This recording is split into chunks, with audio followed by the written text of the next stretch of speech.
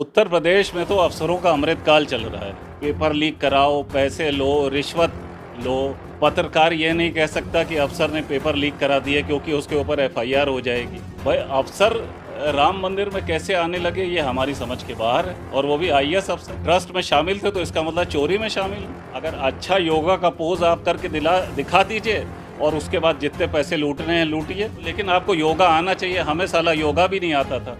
DM अपने साथ जो है पूरा कैमरा लेके चलते हैं, जो है गाली दे रहे हो कैमरा के सामने। टाइट पैंट पहन के सब लोग सिंघम बने घूम रहे हैं। जो आईएएस अफसर हैं ये अपनी पोस्टिंग के लिए इतने ज़्यादा गिरे हुए हैं। इस्लाम आप कबूल कर लीजिए तो ये इस्लाम भी कबूल कर लेंगे। इसके लिए तो मैं मोदी जी को व्यक्तिगत रूप से धन्यवाद देता हूँ कि उन्होंने दिखा दिया कि आईएएस की औकात क्या होती है। जब और बाबाओं की बात हो सकती है तो हम तो ज़्यादा पढ़े लिखे हैं, अवध क्षेत्र के रहने वाले हैं, तो हम तो बता रहे हैं हमारी भी बात हुई राम जी से। संजय प्रसाद जो है नितिन नबीन के साथ फ़ोटो खिंचवाते हैं दिल्ली में, वो भी नहीं ठीक है ना। उसमें तो उनको नौकरी से बर्खास्त कर देना चाहिए।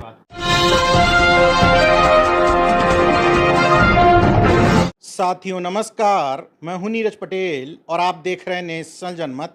मेरे साथ डॉक्टर राकेश वर्मा जी हैं। आईएएस हुआ करते थे, रिटायर्ड नहीं कह रहा हूं क्योंकि अपनी मर्जी से वीआरएस ले लिया था। इन सब कारणों को जानेंगे क्यों वीआरएस लिया। वीआरएस लेने के बाद लेखक बने, पॉलिटिकल एनालिस्ट बने और इस समय तमाम सारे मुद्दों पर अपनी बेबाकी से बात भी रखते हैं। मैं समझना चाहता हूं, इस दौर में जब लोग परेशान रहते हैं कि आईएएस बनने के बाद एक अदद अच्छी सी पोस्टिंग मिल जाए और उस पोस्टिंग के सहारे तमाम सारे मेरे काम शुरू हो जाएं, आपने आईएएस बनते ही वीआरएस ले लिया, क्या वजह थी ऐसी? वजह तो ये थी कि इसके पीछे आपको जानना पड़ेगा कि आईएएस बने क्यों थे। आईएएस बने थे अपने पिताजी के लिए।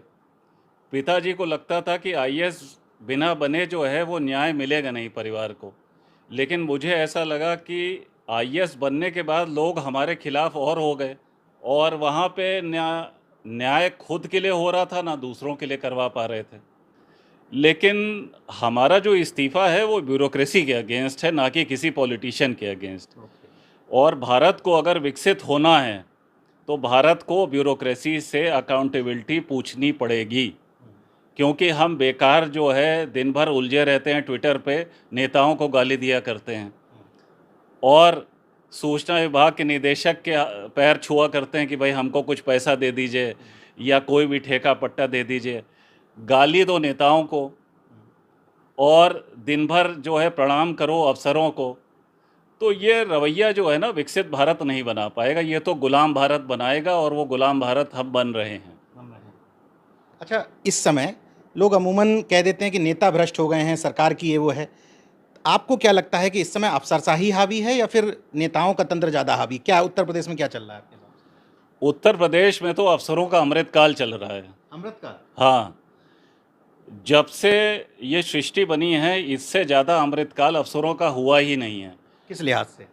देखिए, पत्रकार कुछ कह नहीं सकता। पत्रकार ये नहीं कह सकता कि अफसर ने पेपर लीक करा दिए क्योंकि उसके ऊपर एफआईआर हो जाएगी, या कोई और बात किसी के खिलाफ कोई कुछ कह नहीं सकता। तो इस समय अफसर का तो अमृतकाल चल रहा है। पेपर लीक कराओ, पैसे लो, रिश्वत लो, जो करना है करो। बच्चों को विदेश में पढ़ाओ जहाँ 2 करोड़ रुपए सालाना लगते हैं, कोई पूछने वाला नहीं है। क्योंकि अमृतकाल में अगर कोई प्रेस वाला पूछ रहा है तो उसके कान में गरम शीशा डाला जा रहा है। तो इसलिए अफसरों का अमृतकाल चल रहा है। आप देख ही रहे हैं भाई, राम मंदिर में भी अफसरों का अमृतकाल है। भाई अफसर राम मंदिर में कैसे आने लगे ये हमारी समझ के बाहर है, और वो भी आईएएस अफसर। ट्रस्ट में शामिल थे तो इसका मतलब चोरी में शामिल है।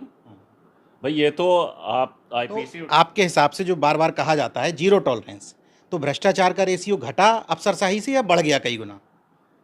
भ्रष्टाचार का रेशियो तो बहुत ज़्यादा बढ़ गया, क्योंकि अफसर सब बेलगाम हो गए।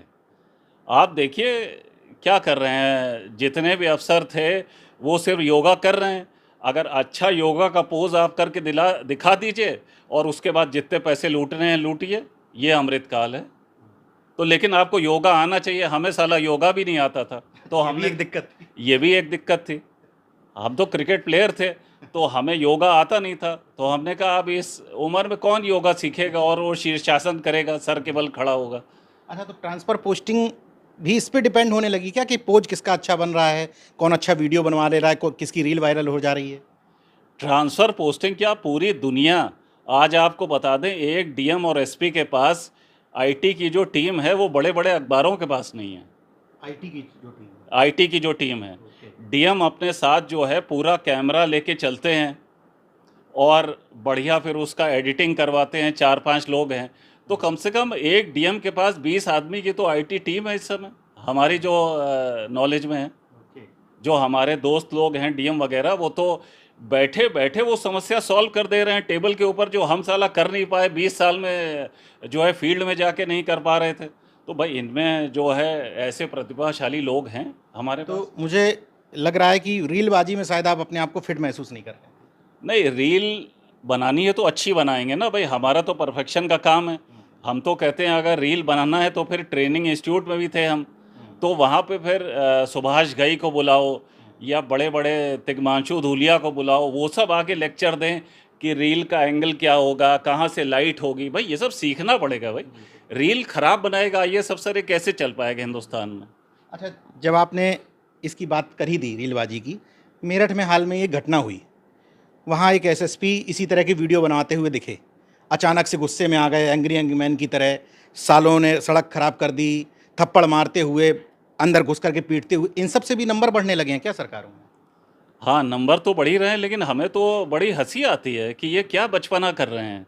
ये जो आजकल के नए लौंडे हैं ये कर क्या रहे हैं? देखिए आजकल के पुलिस में आप देखिए कि पुलिस में जितने भी जवान हैं या जो इंस्पेक्टर हैं, सबसे पहले जो है फ़ोटो खींचने लगते हैं। तो इनको फ़ोटो खींचने की 60,000 या 1 लाख रुपए तनख्वाह सरकार क्यों दे रही है? इससे अच्छा कैमरामैन हायर कर ले 10-15 हज़ार रुपए में। भाई वर्दी पहन के कैमरामैन की भूमिका क्यों निभा रहे हो? आपका काम है लॉ एंड ऑर्डर मेंटेन करना, और आप जो है गाली दे रहे हो कैमरा के सामने।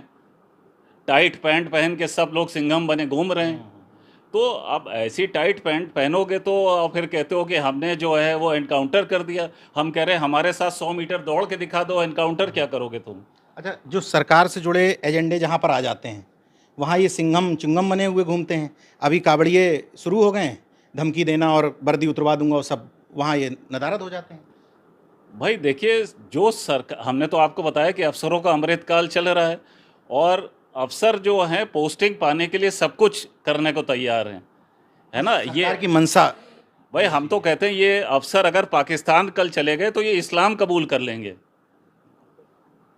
यहाँ के उत्तर प्रदेश के या जो और प्रदेश के जो आईएएस अफसर हैं, ये अपनी पोस्टिंग के लिए इतने ज़्यादा गिरे हुए हैं कि ये इनसे कहा जाए कि पोस्टिंग अब ये होगी कि इस्लाम आप कबूल कर लीजिए, तो ये इस्लाम भी कबूल कर लेंगे। भाई यही तो हुआ मुग़लों के काल में, ये सब वही आईएएस अफसर हैं। तो इनको तो ये समझ में आता है, लेकिन एक बात का धन्यवाद भाजपा को देना चाहेंगे कि इन्होंने अफसरों को अपनी औकात दिखा दी। जो आईएएस में अपने एस को सुपीरियर समझते थे, हाँ उन्होंने बता दिया तुम्हारा काम क्या है। भाई, इसके लिए तो मैं मोदी जी को व्यक्तिगत रूप से धन्यवाद देता हूँ कि उन्होंने दिखा दिया कि आईएएस की औकात क्या होती है। वो आईएएस जो कभी जो है चीफ मिनिस्टर के कैच छोड़ा करते थे कि नाराज़ ना हो जाएं हम चीफ मिनिस्टर साहब की बैटिंग में, उनको जो है सेंचुरी बनवा दें। तो अब क्या क्या करेंगे? देखिए वो उस समय क्रिकेट खेल रहे थे, कैच छोड़ रहे थे, इस समय लॉ एंड ऑर्डर छोड़ रहे हैं। तो ये तो अफसर हैं, ये इतने जो अफसर हैं वो अवसरवादी हैं, और हर आपदा में अवसर ढूंढ लेते हैं। एक इंटरव्यू में मुझे याद है, बड़ी अच्छी बात आपने कही थी कि इस समय की ब्यूरोक्रेसी समझ लेती है कि मुख्यमंत्री चाहता क्या है, और उसी हिसाब से क्या बात कही थी, बड़ी इंटरेस्टिंग थी। देखिए ब्यूरोक्रेसी जो होती है वो देखती है कि मुख्यमंत्री को पसंद क्या है। अगर मुख्यमंत्री को मूर्ति बनाना पसंद है तो सब जुट जाते हैं मूर्ति बनाने में, बड़े बड़ी बिल्डिंग गिरा देते हैं, सिंचाई विभाग का पूरे कॉलोनी गिरा देते हैं, और बढ़िया मूर्ति बनवा देते हैं। फिर क्रिकेट खेलने वाले आए मुख्यमंत्री, तो वो क्रिकेट खेला करते थे। अच्छा, सबसे बड़ी बात ये है कि ये जो आईएएस अफसर जो अपने आप को इतना बड़ा समझते हैं, आपको जान के हैरानी होगी कि 7 साल में अपनी एजीएम नहीं करा पाए, जिसमें ये पुराने मुख्यमंत्री के साथ मैच खेला करते थे, आईएएस वर्सेस आईपीएस। अब आप बताइए कौन शक्तिशाली है? देखिए भाजपा ने इस पूरे हिंदुस्तान को ये दिखाया है कि गवर्नेंस के लोग जो हैं कितने कमज़ोर हैं और इनको किस तरह से ट्रीट करना चाहिए। हाँ, वो तो रुक भाप लेती कि अगर जो है कांवड़ में फूल बरसाना है तो फूल बरसा है ना, तो फूल बरस रहे हैं, फिर उसके बाद लोग आयोग के चेयरमैन भी हो जा रहे हैं, उनके लिए नियम भी बदले जा रहे हैं।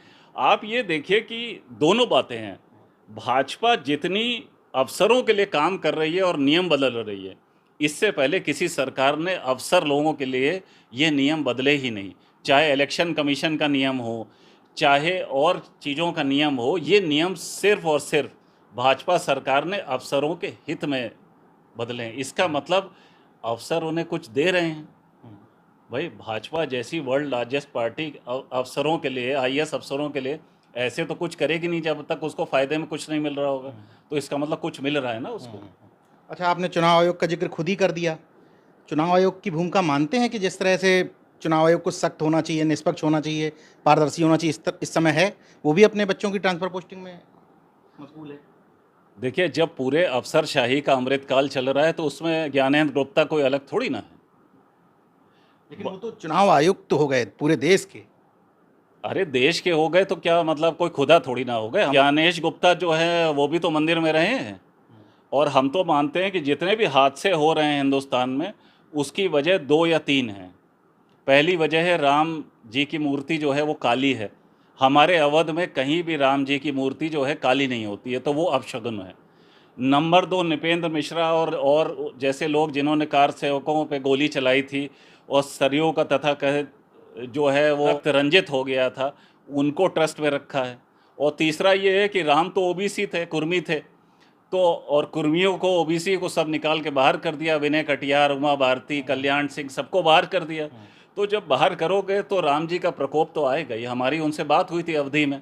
अच्छा। हाँ, तो हमने कहा कि कहेंगे कि बड़े साइंटिफिक टेम्परामेंट के व्यक्ति हैं डॉक्टर साहब, हाँ और इस सगुन अपशगुन की बात कर रहे हैं।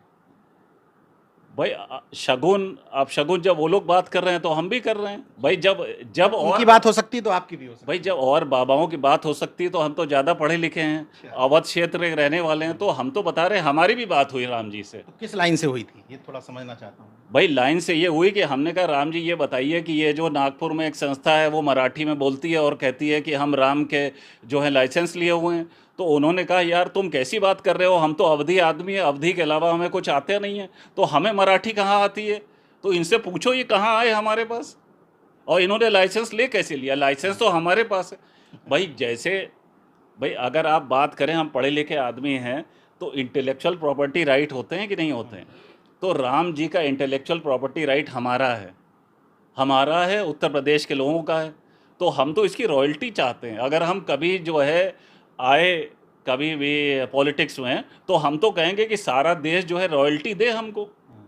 अच्छा, मैं वैसे ही समझना चाहता हूँ हाँ। कि काली मूर्ति से क्या तकलीफ है आपको? भाई हमने जो राम जी को देखा वो कभी काले तो थे नहीं। हमने तो राजा रवि वर्मा की पेंटिंग में देखा है पहली बार। पूरे हिंदुस्तान ने राजा रवि वर्मा की पेंटिंग से ही राम जी को जाना, और वो कभी काले थे ही नहीं। बहुत सारे लोग मुझसे मिलते हैं, जब आपके बारे में चर्चा होती है तो कहते हैं कि आईएएस बनने के बाद छोड़ दिया, हाँ। अब पता नहीं किस हाल में होंगे। तो मैं इतने सालों बाद चाहता हूं कि नेशनल जनरल पर आप जवाब दे दें कि उस आईएएस के पद को छोड़ने के बाद इतने सालों में कैसा फील कर रहे हैं, और आपने क्या प्लस किया अपने जीवन में, और क्या आपको लगता है कि नुकसान हुआ आपका? देखिए, आईएएस छोड़ने के बाद जीवन तो बड़ा संघर्ष में रहा, लेकिन लोगों का असली चेहरा भी सामने आ गया। आज की तारीख में जो लोग हमारे पास जब काम लेकर आते थे तो हमारी जात नहीं देखते थे, जब हमको देना होता था। जब हम नौकरी से बाहर आए तो सब जात देखने लगे, और इसी ड्राइंग रूम में जहां आप बैठे हैं हमसे कहते थे कि कहो साले कि अमृतकाल है। भाई तुम्हारा अमृतकाल है तो मेरा थोड़ी ना है। तो देखिए, जीवन बड़ा संघर्ष में गुजरा। मेरे जो गृहस्थी थी वो भी कच्ची थी, बच्चे पढ़ रहे थे, कोई मदद करने को आया नहीं।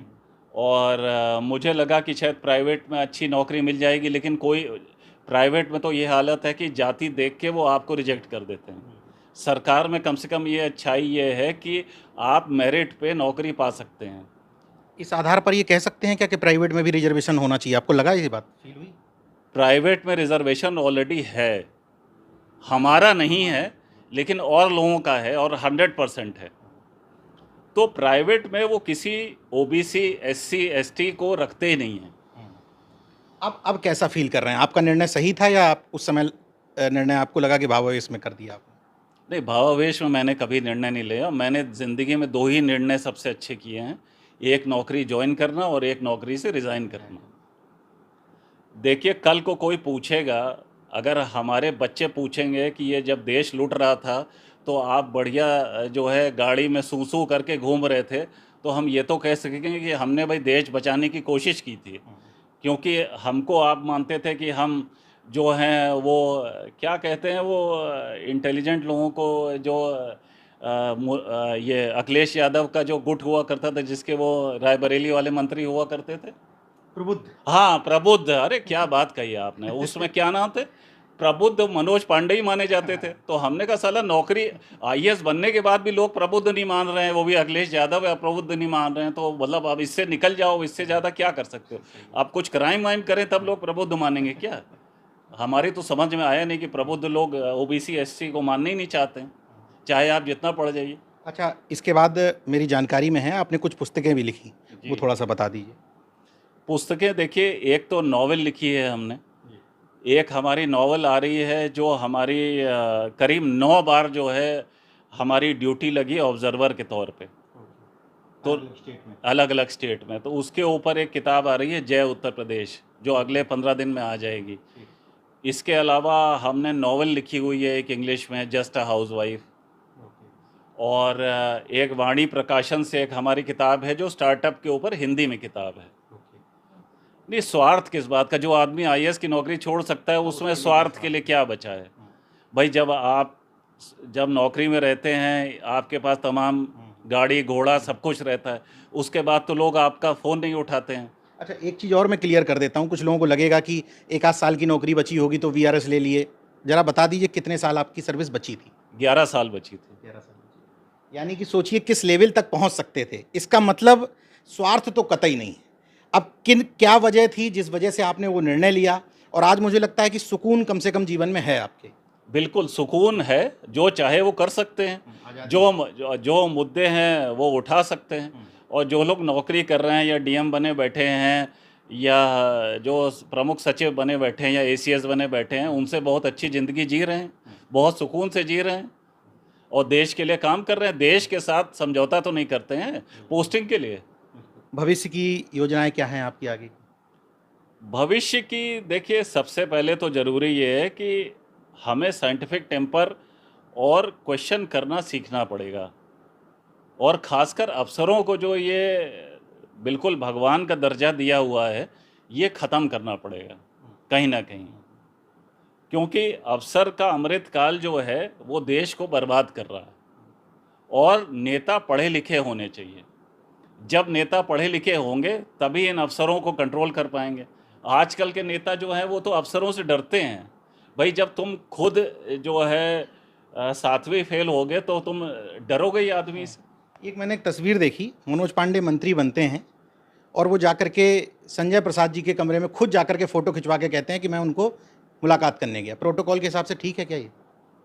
नहीं, प्रोटोकॉल का ये भी नहीं ठीक है, लेकिन संजय प्रसाद जो है नितिन नवीन के साथ फ़ोटो खिंचवाते हैं दिल्ली में, वो भी नहीं ठीक है ना? उसमें तो उनको नौकरी से बर्खास्त कर देना चाहिए। वो पार्टी के राष्ट्रीय अध्यक्ष हैं। वो पार्टी के अच्छा ये बात बताइए कि हमको लोग क्यों मानते थे? जो आदमी आज पार्टी अध्यक्ष से एक पार्टी से मिल रहा है, कल को सरकार बदलेगी तो वो दूसरे से नहीं मिलेगा। बिल्कुल मिलेगा। तो ये आदमी अपनी औकात दिखाता है। डॉक्टर राकेश वर्मा जी के फादर प्रोफेसर थे। मैं आज घर पे आया तो मुझे जानकारी हुई लखनऊ विश्वविद्यालय में उन्हीं के द्वारा बनाया हुआ जो घर है उसी में रहते हैं, सुकून का जीवन जीते हैं और इस कंफर्ट में हैं कि मैं जो आज कहना चाहता हूँ मतलब आज़ाद हूँ। आज़ादी से और जितना आपने सुना बेबाकी से अपनी बात रखी, एक परसेप्शन बदल दिया। लोगों को लगता था कि जो कुछ भी हो रहा है उसमें सिर्फ जो भ्रष्ट नेता हैं उनका इन्वॉल्वनेस है, लेकिन आपने आज बता दिया कि ब्यूरोक्रेसी नेताओं को अपने इशारों पर नचाती है और उनका अमृतकाल चल रहा है। अब इस बात से आप कितना सहमत हैं, कितना असहमत हैं, ज़रूर बताइएगा। हालांकि बातचीत ख़त्म करने का भी मन नहीं है, लेकिन वीडियो लंबा हो रहा है तो मैं इसको सेकेंड पार्ट में दूसरी बातचीत के साथ ज़रूर सामने आऊँगा। तब तक देखते रहिए नेशनल जनमत। जागरूक और सजग बने रहिए। जय विज्ञान, जय संविधान, जय लोकतंत्र। धन्यवाद, शुक्रिया। और एक बात मैं और कहूँगा, जय उत्तर प्रदेश। धन्यवाद।